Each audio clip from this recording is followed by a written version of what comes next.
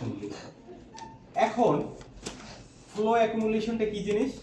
Flow অ্যাকুমুলেশনটা হচ্ছে যে বিভিন্ন ডিরেকশন থেকে পানিগুলো যখন প্রবাহিত হয় তখন নিশ্চয়ই কোনো না কোনো জায়গায় তো একটা জায়গায় মিলিত হবে। তাহলে বিভিন্ন দিক থেকে পানিগুলো এসে কোথায় মিলিত হবে এটা বের করা আমাদের খুবই জরুরি। কি জন্য জরুরি? কারণ আমরা প্রথমেই বলছি যে কোনো একটা পার্টিকুলার এরিয়া পানিগুলো কোনো একটা পার্টিকুলার কি আউটলেট দিয়ে যাবে, তো এই আউটলেটের পানিগুলো তো কি হবে, আপ স্ট্রিম থেকে এসে এক জায়গায় অ্যাকুমুলেট হবে। বোঝা গেছে? যার কারণে আমাদের এই স্টেপটার নাম হচ্ছে ফ্লো অ্যাকুমুলেশন। তাহলে ফ্লো অ্যাকুমুলেশনে এবার তোমরা চলে আসো, এখানে দেখো যে ফ্লো অ্যাকুমুলেশন নামে কি আছে, একটা অপশন দেওয়া আছে। খুব সহজ না বিষয়গুলো?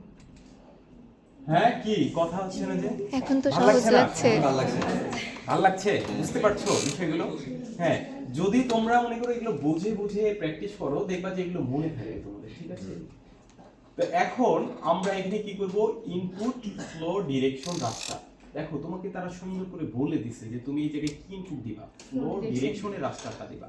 তুমি তো এখানে কনফিউজড হয়ে যাও যে আমি এখন কোনটা দেব কোনটা দেব, কিন্তু তুমি যদি কমান্ডটা পড়ো তোমাকে সে বলছে যে ইনপুট ফ্লো ডিরেকশন রাস্তা।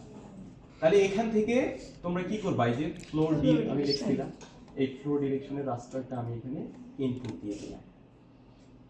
এখানে আমরা আউটপুটে এবার দেখো বলছে যে আউটপুট অ্যাকুমুলেশন রাস্টার, মানে তুমি যদি এখন তাকে আউটপুটটা দিয়ে দাও তাহলে সে ওটাকে অ্যাকুমুলেট করে তোমাকে একটা আউটপুট দিয়ে দেবে।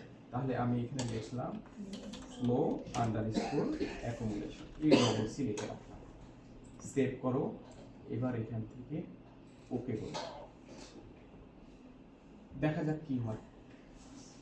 হ্যাঁ, দেখো যে এখানে কি হয়েছে, আমরা যে ফ্লো অ্যাকুমুলেশন করছি সে এখানে কি করছে যে একটা এখানে আউটলেট সে তৈরি করার চেষ্টা করছে। বুঝতে পারছো যে দেখো যে সে বাকি যে জায়গাগুলো আছে এই বাকি জায়গাগুলোতে কোনো ধরনের সে আউটলেট রাখে নাই। সে তার এই ফ্লো ডিরেকশন ক্যালকুলেশন করে সে বুঝে নিয়েছে যে আমার এই জায়গার পানিগুলো কি হবে, হয় এই কমন আউটলেটের মধ্যে যাবে, অথবা এই আউটলেটের মধ্যে যাবে, অথবা এই আউটলেটের মধ্যে যাবে। সে এটি কিন্তু ক্যালকুলেশন করে তোমাকে এখান থেকে একটা মোটামুটি স্ট্রিমের মতো বা ড্রেনেজের মতো তারা কি করছে, একটা লাইন ড্র করে দিয়েছে। এখন আমরা যেটা করতে চাচ্ছিলাম যে ওয়াটার সেট, তো দেখো যে তুমি পুরো এরিয়ার জন্য এখানে কিছু কিছু কি পেয়ে গেছো, কমন আউটলেট তুমি পেয়ে গেছো। তাহলে আমাদের যে ওয়াটার শেডের মানে কি বলবো টার্গেট ছিল, সেই টার্গেটের দিকেই আমরা কিন্তু মোটামুটি ফ্লো অ্যাকুমুলেশন করার পরে অলমোস্ট চলে আসছি। এখন বাকি স্টেপগুলো কি জন্য আমার দরকার, যে ঠিক আছে এইটা হচ্ছে আমার একটা কমন আউটলেট, কিন্তু এই আউটলেটে আমার পানিগুলো কোন আউটলেট বা কোন মাইনর স্ট্রিমগুলো থেকে আসলো সেই বিষয়গুলোও আমাদের আইডেন্টিফাই করা দরকার। যার কারণে তোমাকে কি করতে হবে, ফার্দার প্রিপ্রসেসিং এ যেতে হবে। তাহলে ফ্লো অ্যাকুমুলেশন হয়ে যাওয়ার পরে এখানে বলছে যে ইউজ রাস্টার ক্যালকুলেটর। এখন তুমি এখানে রাস্টার ক্যালকুলেটর কেন ইউজ করছো, ঠিক আছে?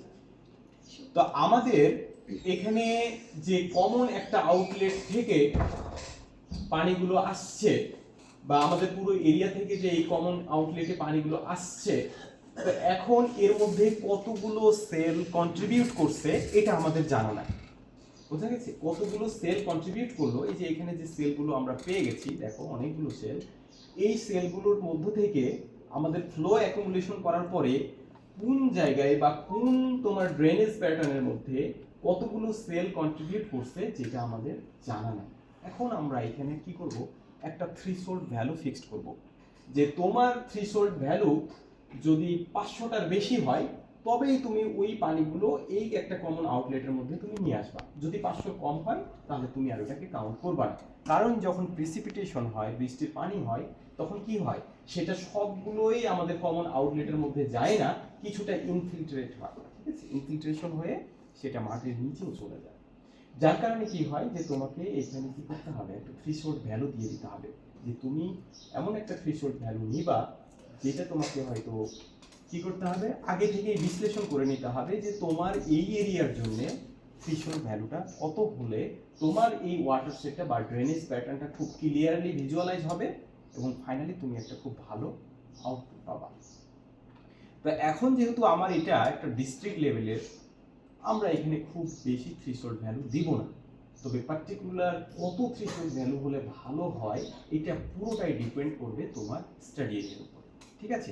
এটা তোমার প্র্যাকটিসের উপর ডিপেন্ড করবে। তো এখন আমরা সেই রাস্টার ক্যালকুলেটরের দিকে চলে যাই। তাহলে রাস্টার ক্যালকুলেটরে এখানে তোমরা লেখো রাস্টার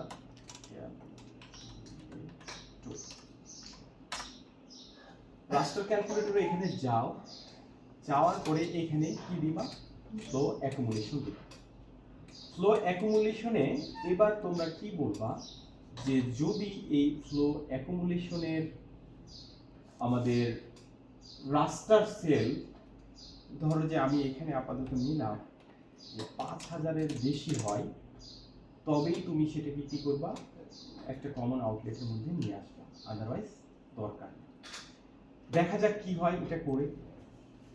এখন আমি এখানে লিখলাম রাস্টার ক্যালকুলেশন, তারপরে কি সেভ করে নাও, তারপরে দেখো ওকে করে কি হয়।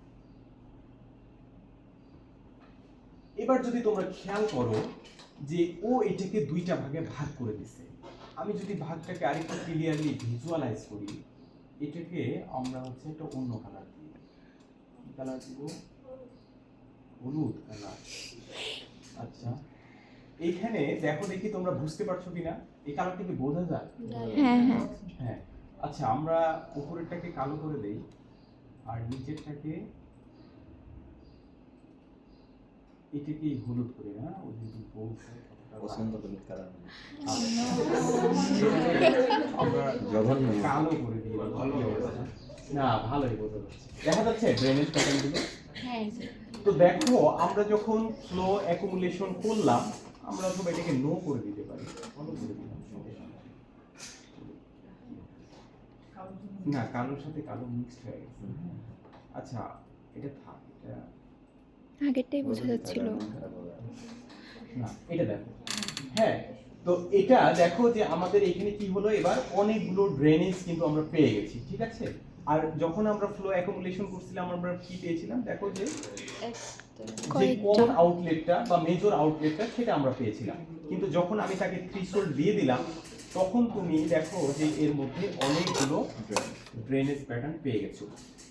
এখন আমাদের আগের থেকে বুঝতে বেশি সহজ হচ্ছে না, বা বুঝতে বেশি আমরা পারছি না যে হ্যাঁ, যে দেখা যাচ্ছে যে হয়তো এই জায়গার পানিগুলো এই কমন আউটলেট দিয়ে আসছে, এই জায়গার পানিগুলো এই মানে আউটলেটগুলো দিয়ে আইসা এই জায়গায় গিয়ে দেখবা যে তোমার এই যে কমন এই জায়গায় গিয়ে এখানে একটা বড় রিভার আছে, দেখো না আমাদের এই জায়গায় একটা বড় রিভার ছিল না, দেখো যে এই বড় রিভারের দিকেই কিন্তু সে যাবে।